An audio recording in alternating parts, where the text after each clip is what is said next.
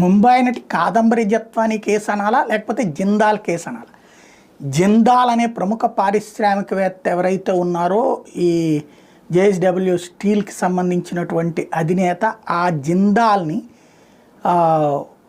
వలతో వేధించింది అంటూ ఒక మహిళ మీద, ఆవిడ పేరే కాదంబరి జత్వానీ, ఆమె మోసం చేసిందంటూ ఆమె మీదన అప్పట్లో కేసులు, ఆమె మరికొంతమంది మీద కూడా ఇట్లాగే వల వేసింది అంటూ కేసులకు సంబంధించి అప్పుడు హైలైట్ అయింది.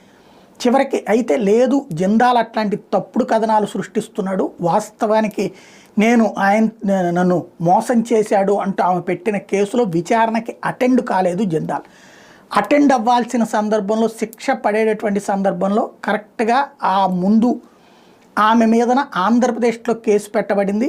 ఆంధ్రప్రదేశ్లో ఉన్నటువంటి కుక్కల వారి అబ్బాయికి సంబంధించి, కుక్కల నాగేశ్వరరావు గారి కొడుకు మీదన